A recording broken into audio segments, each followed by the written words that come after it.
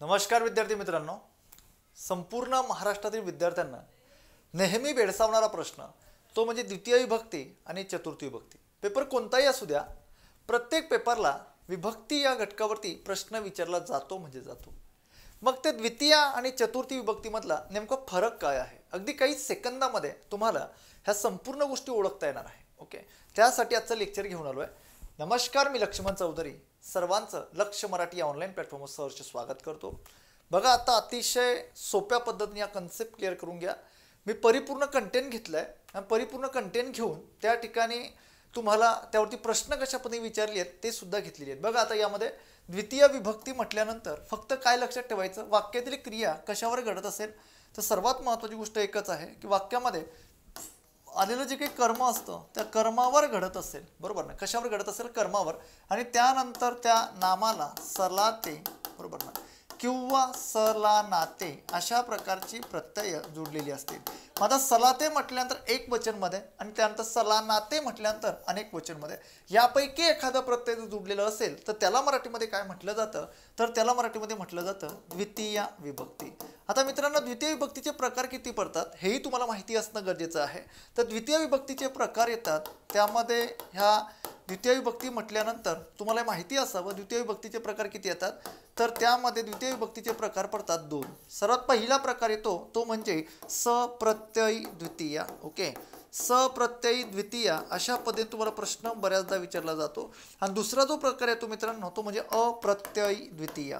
म्हणजे या ठिकाणी तुम्हाला माहिती असावं की जिथे प्रत्यय जोडलेलं असतं सलाते सलानाते तर ते सप्रत्ययी द्वितीयामध्ये येतं, आणि जे नाम आलेलं असतं किंवा त्याला कुठल्याही प्रकारचं प्रत्यय जोडलेलं नसेल तर त्याला कोणती विभक्ती म्हणून ओळखलं जातं त्या कर्माला, तर त्याची विभक्ती ओळखली जाते अप्रत्ययी द्वितीय. म्हणजे इथून पुढे तुम्हाला केव्हाही आता प्रश्न विचारला गेला की द्वितीय विभक्तीचं उदाहरण ओळखा तर फक्त आणि फक्त एकच गोष्ट लक्षात ठेवा, जर अतिशय शांततेने ऐकून घ्या, जर त्या ठिकाणी बघा कर्माला सोडून कोणत्याही शब्दाला, बघा इकडं त्या ठिकाणी एका शब्दामध्ये मी सांगितलेलं आहे, एका शब्दामध्ये मांडणी केली, कर्माला सोडून कोणत्याही शब्दाला प्रत्यय जोडले तर ती द्वितीय विभक्ती नसते. ही अत्यंत महत्त्वाची गोष्ट आहे.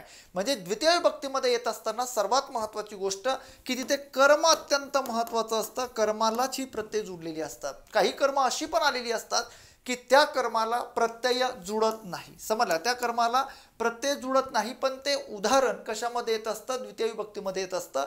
मग ती अशा प्रकारची विभक्ती कोणती असते, तर ती अशा प्रकारची विभक्ती असते अप्रत्ययी द्वितीय. आता इथं जी दोन उदाहरणं मी घेतलेली आहेत ती दोघं उदाहरणं सप्रत्ययी द्वितीयामध्ये घेतलेली आहेत. सप्रत्ययी म्हणजे काय की प्रत्यय सोबत येणं, समजलं का, जे काही त्या ठिकाणी कर्म आलेलं असतं त्या कर्माला नेहमी प्रत्यय जोडून आलेलं असतं, तर ती ही कोणत्या विभक्तीचं ते उदाहरण आहे, तर ते सप्रत्ययी द्वितीयाचं ते उदाहरण आहे. पहिलं उदाहरण बघा, सर विद्यार्थ्यांना शिकवितात. शिकवितात हे वाक्यातलं क्रियापद झालं, शिकविणारे कोण आहे सर वाक्यातील कर्ता झाला.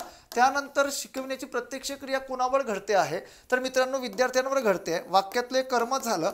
म्हणजे या कर्माला सलाते सलानाते पैकी ना हे विभक्तीचं प्रत्यय जोडून आलेलं आहे. म्हणजे ती रचना ही कशामध्ये समाविष्ट होणार आहे, तर द्वितीयामध्ये समाविष्ट होणार आहे. त्यानंतर आई मुलांना नेहमी बोलते. आता या ठिकाणी बोलते हे क्रियापद आहे, बोलणारी कोण, तर आई हा वाक्यातील कर्ता आहे. त्यानंतर बोलण्याची प्रत्यक्ष क्रिया कोणावर घडते आहे, वाक्यातील कर्म आहे. म्हणजे ही रचना तुम्हाला सप्रत्ययची आलेली आहे. मग आता अप्रत्यय म्हणजे काय असतं सर, तर आता बघा इकडं मी त्या ठिकाणी उदाहरण लिहितो काही अप्रत्ययी द्वितीयाची उदाहरणं. म्हणजे मी जर साधं उदाहरण त्या ठिकाणी असं लिहिलं की सौरभ दररोज पुस्तक वाचतो, अशा प्रकारे त्या ठिकाणी मी उदाहरण जर लिहिलं आणि सांगितलं की हे उदाहरण कोणत्या विभक्तीचं आलेलं आहे, किंवा तुम्हाला इथं अधोरेखित केलेला शब्द त्या ठिकाणी आलेला असेल तर या दिलेल्या शब्दाची कर्माची कोणत्या म्हणजे द्वितीय विभक्ती कोणतं ते उदाहरण आहे, तर इथं तुम्हाला उत्तर द्यायला लागणार आहे की हे उदाहरण जे काही आलेलं आहे ती अप्रत्ययी द्वितीय आहे. काय आहे, अप्रत्ययी द्वितीय. म्हणजे त्याला कोणत्याही प्रकारचं विभक्तीचं प्रत्यय जोडलेलं नाही. जेव्हा कर्माला विभक्तीचं प्रत्यय जोडलेलं नसते आणि वाक्यामध्ये एकच कर्म असते तेव्हा त्याची विभक्ती सांगायची द्वितीय, पण ती कोणती द्वितीय, तर अप्रत्ययी द्वितीय अशा पद्धतीने सांगायचं, समजलं. त्याच्यानंतर त्यांनी सौरभ, एकदम सोपं उदाहरण घेतो, बऱ्याचदा पेपरमध्ये विचारलेलं आहे, सौरभ आंबा खातो, अशा पद्धतीने त्या ठिकाणी उदाहरण आहे. खाणारा कोण आहे? सौरभ हा वाक्यातील कर्ता झाला मित्रांनो. खाल्लेला काय रे मित्रांनो? तर आंबा हे वाक्यातील कर्म झालं. मग कर्माला कोणत्याही विभक्तीचं प्रत्यय जुडलेलं नाही, म्हणजे त्याला तुम्ही काय म्हणणार? तर अप्रत्ययी द्वितीया. म्हणजे अशा पद्धतीने द्वितीय विभक्ती म्हटल्यानंतर फक्त एकच गोष्ट लक्षात ठेवा, इथून पुढे कधीही प्रश्न विचारला तर फक्त एकच गोष्ट आवर्जून लक्षात असू द्या, की ज्या कर्माला फक्त एकच कर्म आलेलं असेल आणि त्या कर्माला सलाते सलाते जुडलेलं असेल तर त्याला मराठीमध्ये द्वितीय विभक्ती म्हटलं जातं. जर ज्या कर्माला प्रत्यय जुडलेला नसेल तर त्याला अप्रत्यय द्वितीय म्हटलं जातं. द्वितीय असते ती, पण ती कशी असते? अप्रत्यय द्वितीय असते. म्हणजे सप्रत्यय द्वितीय म्हणजे प्रत्यय जोडून येणं आणि अप्रत्यय द्वितीय म्हणजे प्रत्यय जोडून न येणं. समजलं का? दोघं कन्सेप्ट क्लिअर झाले असतील मला वाटतं. याच्या व्यतिरिक्त द्वितीय विभक्तीमध्ये काहीच नाही आहे. कारक एकच आहे, तो फक्त आणि फक्त कोणता? तर कारक फक्त द्वितीय विभक्तीचा एकच आहे, तो म्हणजे कोणता? तर कर्म. समजलं का?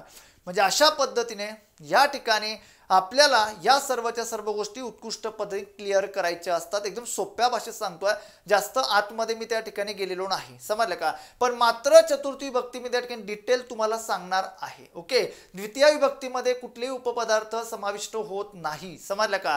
कारण की जे जास्तीत जास्त उपपदार्थ समाविष्ट होतात सलाते सलाते या संकल्पनेवर आधारित, तर ते चतुर्थी विभक्तीमध्ये येताना आपल्याला दिसतात. मग ते कोणते आहे ते बघा पुढे. आता बघा, चतुर्थी विभक्ती म्हटल्यानंतर अगदी डिटेल त्या ठिकाणी कन्सेप्ट क्लिअर करून घ्या. चतुर्थी विभक्ती म्हटल्यानंतर वाक्यात एकच कर्म आले असेल आणि त्या कर्माला प्रत्यय जुडलेला असेल ते टिंबटिंब विभक्ती मानावी. टिंबटिंब मानू नये म्हणजे ते काय मानावी? तुम्हाला सर्वांना माहिती आहे, मी तुम्हाला सांगितलं ती काय मानावी? द्वितीय मानावी. ती काय मानून आहे? तर ती चतुर्थी मानून आहे. समजलं का? म्हणजे अशा पद्धतीने त्या ठिकाणी काय? तर ती चतुर्थी मानू नये. का? कारण की वाक्यामध्ये एकच कर्म आलेलं असेल तेव्हा ती काय माना? द्वितीय. ती काय मानू नका? चतुर्थी मानू नका. चतुर्थी विभक्ती कारक उपपदार्थ प्रकट करते. तुम्हाला मी सांगितलं. मग कोणकोणते कारक अर्थाने उपपदार्थ प्रकट करते या सर्वांवरती प्रश्न विचारले आहेत.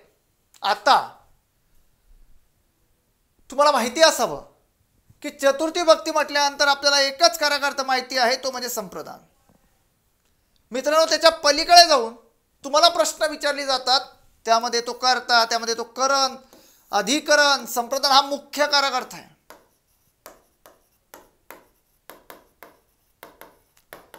काय आहे संप्रदान? मुख्य कारक अर्थ. पण त्याच्याबरोबरच इतर कारक अर्थ सुद्धा त्या ठिकाणी चतुर्थी विभक्ती काय करत असते? प्रकट करत असते. समजलं का? माहिती असणं गरजेचं आहे. ते सोडून त्या ठिकाणी काही उपपदार्थ सुद्धा प्रकट करते. आता या कन्सेप्टचं एक लेक्चर मी घेणार की उपपदार्थ काय, कारक विभक्ती काय, कारक प्रत्यय काय. समजलं का? कारक अर्थ काय, या सर्व संकल्पनांचं एक लेक्चर मी आपल्या यूट्यूब चॅनलवरती घेणार. ज्यांनी अजूनही आपलं यूट्यूब चॅनल सबस्क्राईब केलं नसेल त्यांनी आवर्जून सबस्क्राईब करा. आणि आपली बॅच, परिपूर्ण बॅच त्या ठिकाणी लक्ष मराठी अकॅडमीच्या यूट्यूब चॅनलवर ॲपमध्ये आपल्या डिस्क्रिप्शन बॉक्समध्ये ॲपची लिंक दिली आहे. त्या ॲपमध्ये त्या ठिकाणी आपली बॅच तयार झाली आहे. संपूर्ण बॅचेस रेडी आहे. समजलं का? काही बॅचेस त्या ठिकाणी म्हणजे प्रत्येक बॅचमध्ये 80, 90, 100 लेक्चर तुम्हाला आता बघायला मिळतील. त्यामध्ये काही लेक्चर राहिलेले जे असतील ते मी त्या ठिकाणी घेतोय. 3 प्रकारच्या नोट्स तुम्हाला या बॅचमध्ये उपलब्ध आहे. राज्यस्व मुख्य, संयुक्त गट ब क मुख्य. समजलं का? या सर्व परीक्षांसाठी अत्यंत उपयुक्त अशा पद्धतीच्या नोट्स सुद्धा त्या ठिकाणी आहे. एक संपूर्ण व्याकरणाची, एक शब्दसंग्रहाची आणि एक फ्लो चार्टची, अशा 3 नोट्स तुम्हाला फक्त एकाच फीमध्ये 110 राज्यस्व मुख्यसाठी 130+ लेक्चर, कंबाईनसाठी सुद्धा 110 ते 120+ लेक्चर तुम्हाला बघायला मिळणार आहे. त्याच्यामुळं कुठल्याही प्रकारची चिंता नको, भीती नको. मराठी परिपूर्ण त्या सर्व गोष्टींसाठी माझ्यावर तुम्ही ट्रस्ट करा. काहीच टेन्शन घेऊ नका. त्या सर्व गोष्टींसाठी मी जबाबदार आहे. बघा आता पुढे उपपदार्थ कोणकोणते प्रकार होतात? उद्देश आहे, परिमाण आहे, मूल्य आहे, स्वामित्व, योग्यता आहे, नाते आहे, विषय आहे. समजलं का? अशा पद्धतीचे उपपदार्थ त्यातनं प्रकट होत असतात. समजलं का? आता बघा पुढे की इकडं काय सांगितलंय? कर्ता. कर्ता म्हणजे काय? तो उद्देश. समजलं का? आता उद्देश तो उपपदार्थ आहे, पण इकडं कर्ता हा एक त्या ठिकाणी काय करत असतो? तर कारक अर्थ सुद्धा प्रकट करत असतो. टिंब काम करवते. मी जर असं म्हटलो की आईला काम करवते, आईला करणारी कोण आहे? तर त्या ठिकाणी आई आहे. समजलं का?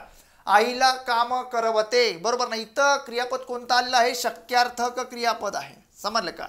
म्हणजे त्या ठिकाणी सर्वात महत्त्वाची गोष्ट काय आहे, मूळ धातू कोणता आहे, तो आहे कर. म्हणजे करणारी कोण आहे, तर आई आहे. समजलं का? काम करणारी कोण आहे, आई. केलेलं काय आहे, तर काम आहे. अशा पद्धतीने कर्ता आणि कर्म म्हणजे कर्त्याला इथं काय जुडलेलं आहे, प्रत्यय जुडलेला आहे. तो तिथं कोणता कार्यकर्ता प्रकट करतो आहे, तर कर्ता. त्याच्यानंतर ते ला जुडला म्हणजे चतुर्थीमध्ये समाविष्ट आहे. दुसरी महत्वाची गोष्ट, सीमाने. सीमाने त्या ठिकाणी भिकाऱ्याला असा आपण त्या ठिकाणी घेऊ शकतो, भिकाऱ्याला पैसे दिले म्हणजे दान दिल्याची क्रिया आहे. बरोबर ना?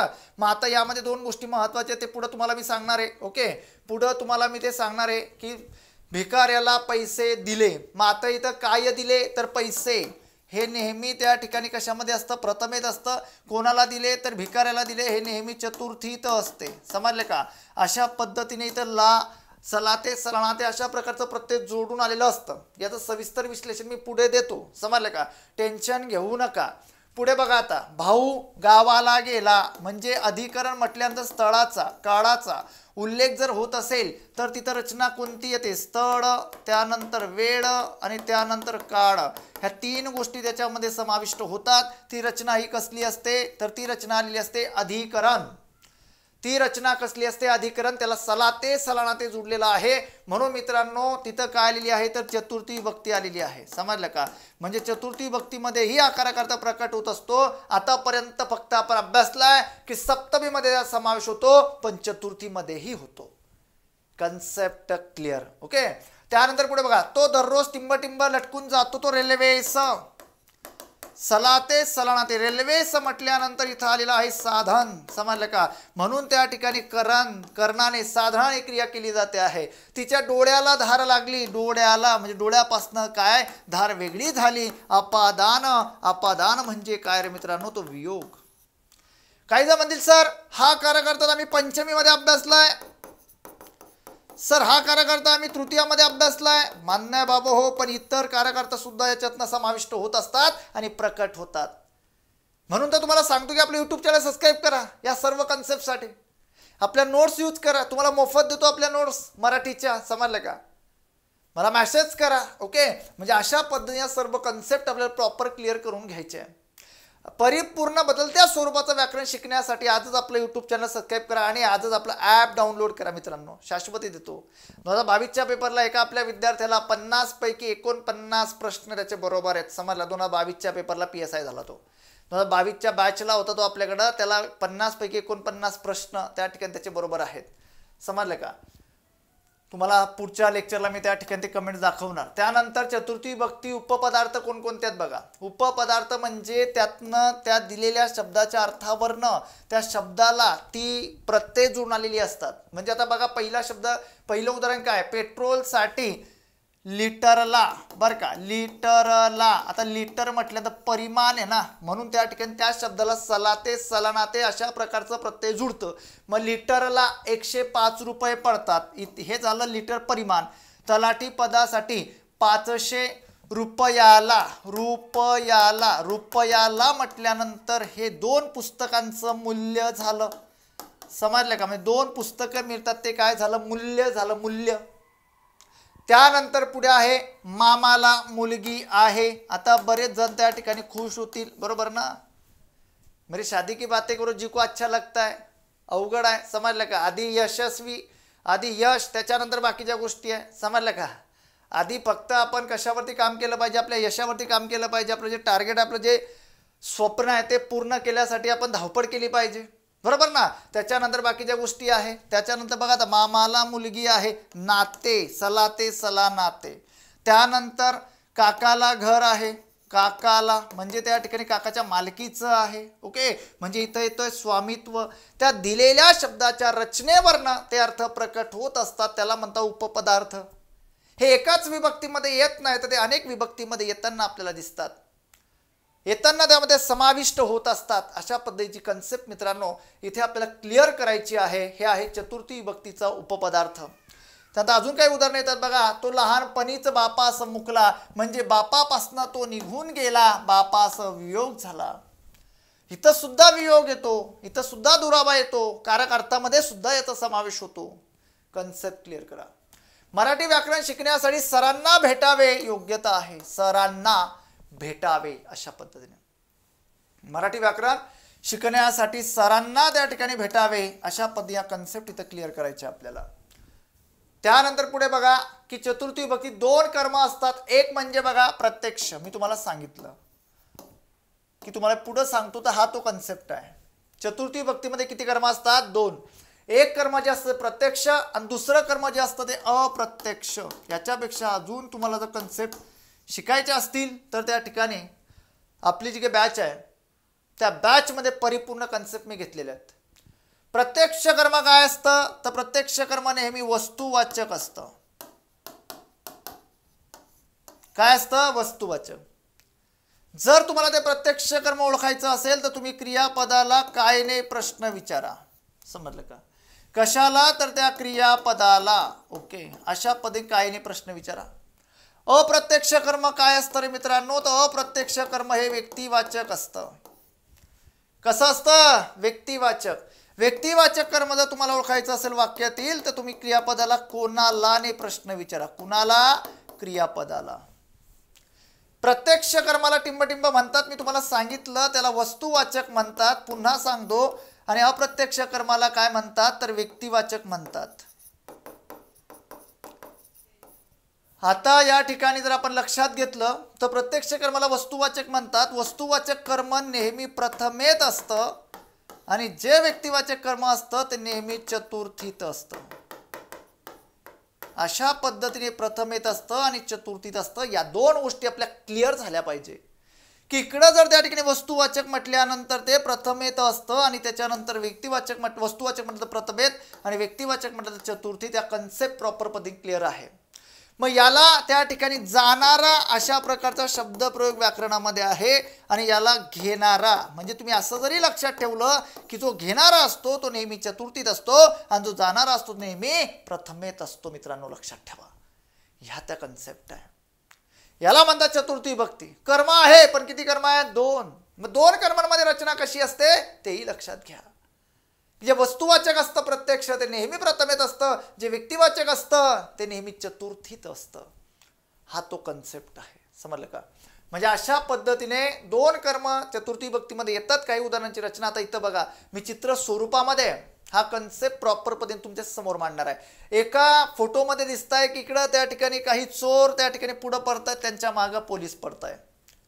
म्हणजे इकडं उदाहरणाची रचना तयार होते द्वितीय विभक्तीची। काय तयार होते तर पोलीस, अशा पद्धतीने उदाहरणाची रचना तयार होते। पोलीस चोरांना पकडतात, अशा पद्धतीने पोलीस चोरांना पकडतात, अशा प्रकारचं उदाहरण आलं। म्हणजे यामध्ये क्रियापदाला पकडतात, पकडणारे कोण तर पोलीस, वाक्यामध्ये आलेला कर्ता, त्याच्यानंतर पकडलेले काय तर चोर, हे वाक्यामध्ये आलं कर्म। म्हणजे अशा पद्धतीने आपण लक्षात घेऊ शकतो की फक्त वाक्यामध्ये एकच कर्म आहे आणि त्या कर्माला त्या ठिकाणी काय जुडलेलं आहे? सलाते सलनाते जुडलाय। तिथं कन्सेप्ट क्लिअर, विचार करण्याची गरज नाही। आलेली रचना कसली आहे तर ती द्वितीय विभक्तीची आहे, संपला विषय। त्यानंतर इकडे थोडं बघा, आता चित्रावरून लगेच समजतंय की एक शिक्षक आहे, इकडं मराठी व्याकरण आहे आणि कुणाला शिकवताय? विद्यार्थ्याला। म्हणजे आता यावरनं उदाहरण तयार होत आहे की शिक्षक विद्यार्थ्यांना, बरोबर ना? असंच ना, विद्यार्थ्यांना मराठी व्याकरण शिकवितात, अशा प्रकारची रचना यामध्ये समाविष्ट झाली आहे। आता बघा, शिकविणारे कोण आहे? शिक्षक। वाक्यामध्ये करता आलाय। काय शिकवितात? मराठी व्याकरण, बरोबर ना? काय शिकवितात? मराठी व्याकरण, बरोबर। म्हणजे कोणतं कर्म आलं? हे कर्म प्रत्यक्ष आलं, म्हणजे वस्तुवाचक आलं। त्याला कुठल्याही प्रकारचं त्या ठिकाणी प्रत्यय जुडलेलं नाही, ते जाणार आहे।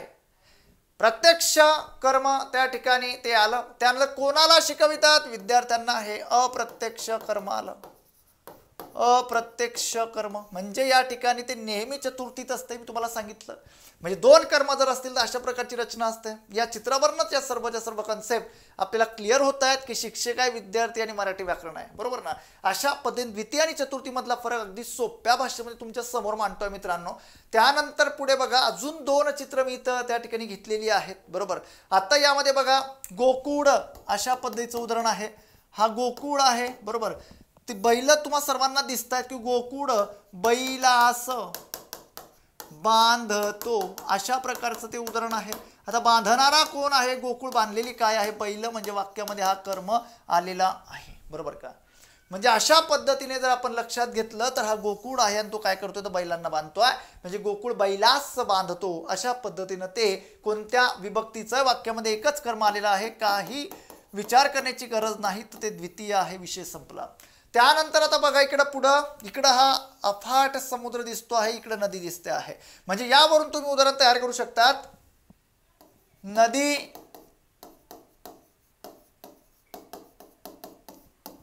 समुद्राला भेटते, अशा प्रकारे उदाहरण त्या ठिकाणी तयार झालेलं आहे की नदी समुद्राला त्या ठिकाणी भेटते, अशा प्रकारची रचना त्यामध्ये समाविष्ट आहे, बरोबर. मग आता नदी समुद्राला भेटते, मग आता भेटणारी कोण आहे नदी, ज्या ठिकाणी भेटण्याची क्रिया असेल तिथं सुद्धा तो काय होत असतो, तर तो त्या ठिकाणी काय होत असतो, तर तो उपपदार्थ होत असतो. तो कुणाचा उपपदार्थ होतो, तर तो चतुर्थी विभक्तीचा उपपदार्थ होतो. अशा पद्धतीने त्या ठिकाणी ही जी रचना आलेली असते चतुर्थी विभक्तीची असते, म्हणून त्या ठिकाणी द्वितीय आणि चतुर्थी मधला हा फरक, याच्यावरती आयोग कसं प्रश्न विचारते किंवा इतर परीक्षांना कशी प्रश्न विचारले जातात ते लक्षात घ्या. बघा आता पहिला प्रश्न आहे, देवाला भक्ताच्या मदतीसाठी धावून जावे लागते, अधोरेखित शब्दातील विभक्ती ओळखा. इथं त्या ठिकाणी काय आहे, देवाला, समजलं का, अधोरेखित आहे. मी तुम्हाला सांगितलं की वाक्यातील कर्म सोडून, बरोबर ना, धावून जाणारा कोण आहे, बरोबर ना, म्हणजे त्या ठिकाणी देवाला त्या ठिकाणी कोण आहे, तर देवाला धावून जावं लागतं. म्हणजे इथं जर आपण त्या ठिकाणी कन्सेप्ट क्लिअर केली तर ही सर्वात महत्वाची गोष्ट आहे की देवाला भक्ताच्या मदतीसाठी धावून जावे लागते. म्हणजे जाणारा कोण आहे, तर सर्वात महत्वाची गोष्ट कोण आहे, तर देव आहे. म्हणून इथं सर्वात महत्वाची गोष्ट की वाक्यातील कर्म सोडून इतर शब्दांना जोडलेली जी काही प्रत्यय असतात तर नेहमी कशामध्ये येतात, ती तर चतुर्थी विभक्तीमध्ये येत असतात मित्रांनो. म्हणजे या ठिकाणी अशा प्रकारची रचना जर त्या ठिकाणी आलेली असेल तर अशा प्रकारची रचना त्यामध्ये समाविष्ट होते. म्हणजे हा फॉरेस्ट प्रीच्या 2018ला विचारलेला प्रश्न त्या ठिकाणी विचारलेला होता, समजलं का. म्हणून त्या ठिकाणी फक्त ड बरोबर, बाकी सर्व चूक. त्यानंतर पुढे बघा, खालील विधानातील अधोरेखित शब्दाचा चतुर्थी विभक्तीचा कार्यकर्ता कोणता, बरोबर. आता तडाक्यास, लाठीच्या एकेका तडाक्यास त्याने एक इसम लोळविला. आता या ठिकाणी वाक्यामध्ये लोळविणारा कोण आहे, बरोबर ना, तो आहे. म्हणजे वाक्यामध्ये ने जुडलाय ते येऊ शकत नाही, कर्म त्या ठिकाणी येऊ शकत नाही. लोळवणारा कोणाला आहे, इसमला. करण हे त्याचं योग्य उत्तर असणार आहे की ज्या साधनाने क्रिया केली जाते ती आलेली जी काही रचना असते ती रचना म्हणजे काय असते, तर चतुर्थी विभक्तीमध्ये असते. इथं कोणता कार्यकर्ता प्रकट होतो आहे, तर तृतीय विभक्तीचा कार्यकर्ता प्रकट होतो आहे, करण, समजलं का. अशा प्रकारची रचना त्यामध्ये समाविष्ट होते. त्यानंतर पुढे बघा, हा एकदम सोपा प्रश्न होता, सलाते सलानाते, बरोबर. ही कोणत्या दोन विभक्तीची प्रत्यय आहेत, तुम्हाला सर्वांना माहिती आहे की द्वितीय आणि चतुर्थी अशा पद्धतीने या ठिकाणी प्रत्यय जुडलेली आहे, द्वितीय आणि चतुर्थी. ओके, अशा पद्धतीने. पर्याय उत्तरात चतुर्थी विभक्तीय संप्रदान कार्यकर्ता असलेले वाक्य कोणते, काय सांगितलंय, संप्रदान. म्हणजे ज्या वाक्यरचनेमध्ये कसली क्रिया असते, दान केल्याची क्रिया असते, बरोबर. मी नदीच्या काठाने गेलो, इकडं सलाते सलाते येत नाहीये, तो घरातून पंचमी आला, तू रामाला पुस्तक दे. काय आहे, रामाला पुस्तक दे, म्हणजे देण्याची क्रिया आहे, दान केल्याची क्रिया आहे, समजलं का. अशा प्रकारची रचना त्यामध्ये समाविष्ट होते, रामाला, समजलं का. अशा पद्धतीने सर्वच्या सर्व कन्सेप्ट आपण क्लिअर केला पाहिजे. तो दिवसाचा चालतो, षष्टीमध्ये येणार आहे ते.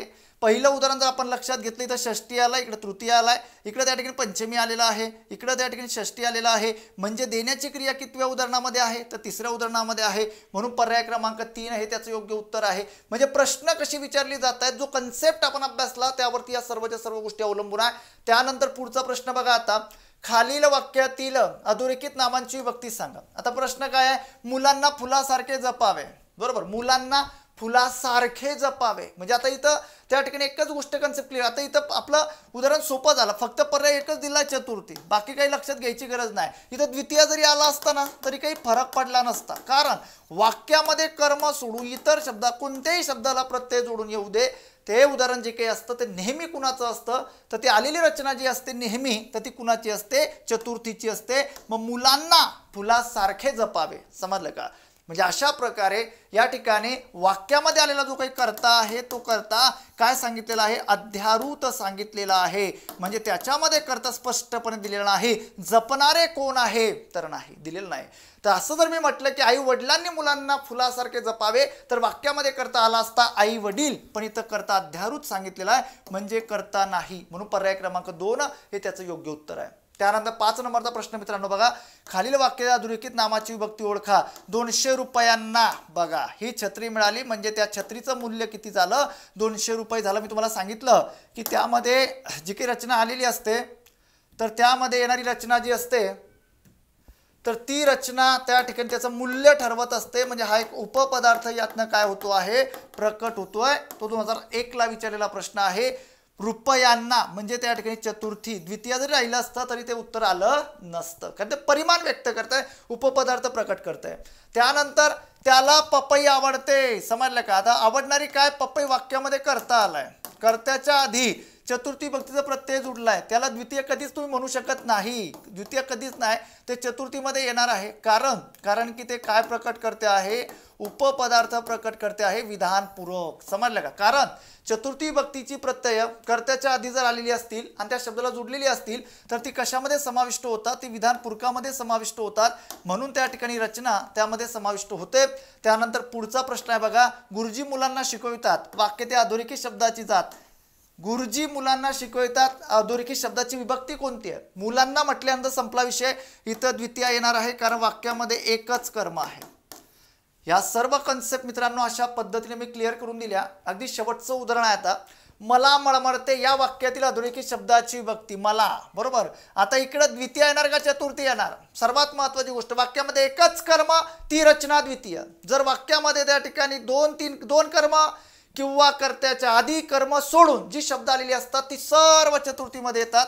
विषय संपला. 1991 ला विचारलेला प्रश्न होता. अशा पद्धतीने द्वितीय आणि चतुर्थी मधला हा फरक तुमच्या समोर मांडला. तुम्हाला लेक्चर कसं वाटलं सर्वांनी आवर्जून सांगा. इथं मी थांबतोय. सर्वांना धन्यवाद. जय हिंद, जय महाराष्ट्र.